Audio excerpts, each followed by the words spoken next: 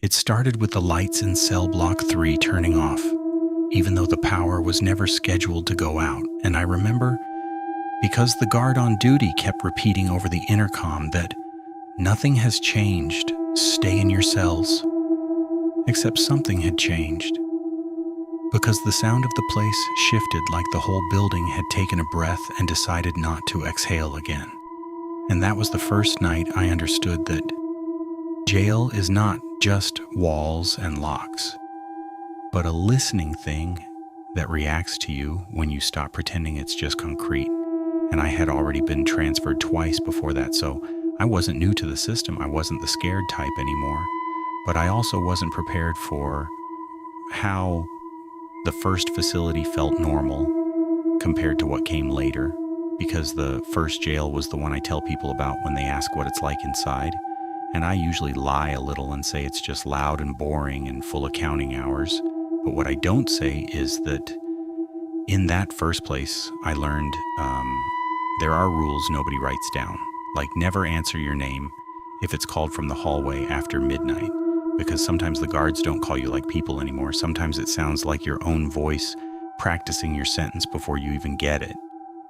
And I remember the first time I heard it, I was lying on the top bunk, staring at the ceiling vent when I heard, "Hey, you," from the corridor, soft and close, like someone was right outside the bars, and I sat up thinking it was a mistake. But then it came again, exactly my name this time, not shouted but spoken like it already knew me, and I looked down and the man in the lower bunk was awake too, staring at the door without blinking. And he whispered something I still don't fully understand, like, "Don't give it your attention twice."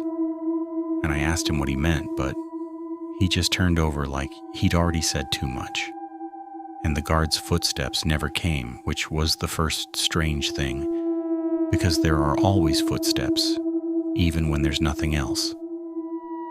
But that night there were none. Just the voice repeating my name once more before fading, like it had been walking away while still talking, and I didn't sleep. And the next morning the man in the lower bunk was gone. Not transferred, not moved, just gone. And when I asked the others, they all looked at me like I had imagined him entirely, which was impossible, because I had seen his face, I had heard him. But in jail, the worst thing is not being afraid of something. It's realizing you might not be able to prove it ever existed. And that was only the first facility, because the second place is where things started repeating in patterns that made no sense, unless the building itself was learning us. And I got moved there after an incident they called non-compliance during transport, which was just me refusing to enter a van that already had someone inside who was sitting too still for a person who hadn't been restrained. And I swear when the door opened, I saw him smiling without looking at anyone. But when I pointed it out, the officers said the van was empty except for me. And that's how I ended up in the second jail, where the rules were different. Or at least they pretended they were the same. But on the first night, there I noticed the cameras in the hallway didn't track movement properly, like they were always half a second behind. And every time I walked past them, I could see my reflection a moment after I had already passed, which sounds small until you realize what it feels like to be slightly out of sync with your own body in a place that counts everything you do.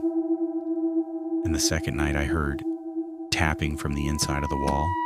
3 taps, pause, 2 taps, pause, like someone was trying to learn the rhythm of breathing through concrete. And I asked a guard about it during distribution, and he told me not to engage with structural noise, which is what they called it, as if the building was allowed to make mistakes in communication. And one older inmate pulled me aside later and told me the second jail has a habit of reassigning sounds, which I didn't understand until I realized that sometimes when someone dropped a tray in the cafeteria, I would hear it again hours later from a wall that wasn't near the kitchen, like echoes were being stored instead of fading. And the worst part was the counting at night, because they do head counts multiple times, but in that place the count would sometimes come from inside the cell instead of outside, like someone standing just behind you whispering numbers into your ear, even when you were alone. And one night I tested it by sitting awake, pretending to sleep, while listening to the count pass through the block, and I realized something terrifying. The count included cells that were empty and skipped cells that were occupied. And when I told another inmate, he just said, "Don't correct it," like correcting it would make it notice you specifically. And around that time, I started noticing that certain doors in the corridor were open only when no one was looking directly at them. And I mean that literally, because I would see a door slightly ajar in my peripheral vision, but when I turned my head, it would be closed. And after a week of this, I started timing my movements to avoid looking too quickly at anything, which sounds ridiculous, but inside you start obeying things that never introduce themselves. And then came the third facility, which they called a temporary holding transition center, but everyone inside called the quiet block. And I thought it would be easier because it was supposed to be short stays, rotation, constant movement. But the problem with constant movement is that nothing gets a chance to stabilize, including people, including time. And the first thing I noticed there was that nobody ever talked about how long they had been inside, because nobody agreed on it. And when I asked one man, he said he had been there 3 days. Another said the same man had been there for months.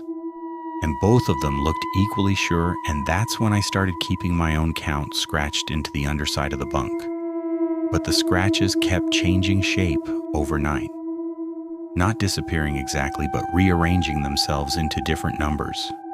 And I began to suspect that the place wasn't just observing us, but editing us slightly, like a record that gets rewritten every time it's played.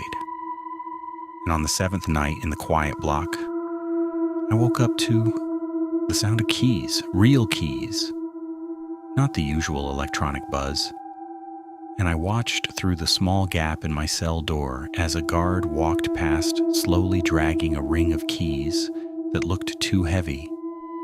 And every cell he passed made a sound like something inside it was responding, not banging or shouting, but shifting in a synchronized way, like everyone was adjusting their position to be seen. And when he reached my door, he stopped.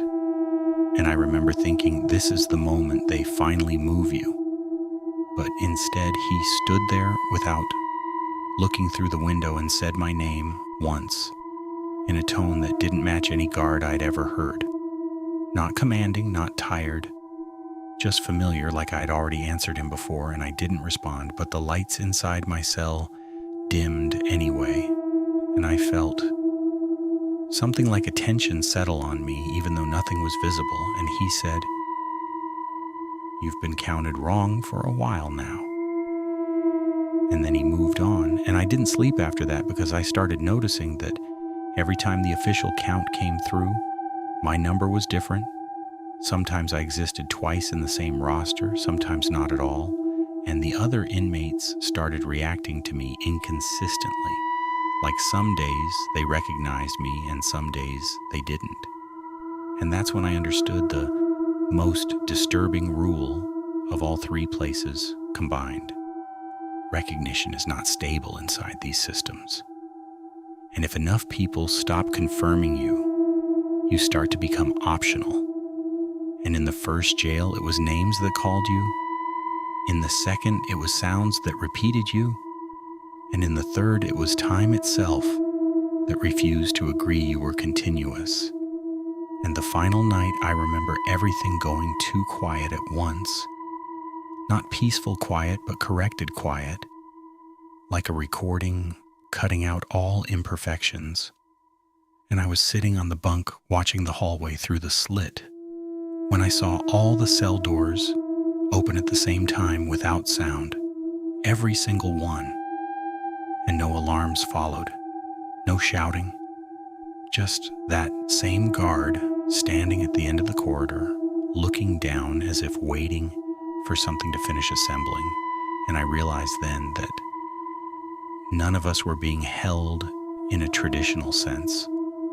We were being kept in place until we matched something the building required. And I don't know if I ever matched it because I was transferred out the next morning with no explanation, just paperwork that had different dates on every page. And when I asked the officer who signed it, he didn't look at me. He just said, "You're not listed here anymore." And I left. But even outside, I still sometimes hear the counting at night, not from a direction, but from behind the idea of silence itself. Like somewhere a block of cells is still trying to agree on whether I was ever inside it at all. And the strangest part is that when I try to remember the faces of the people I met in all three places, some of them blur in the same way, as if they were all different versions of the same correction.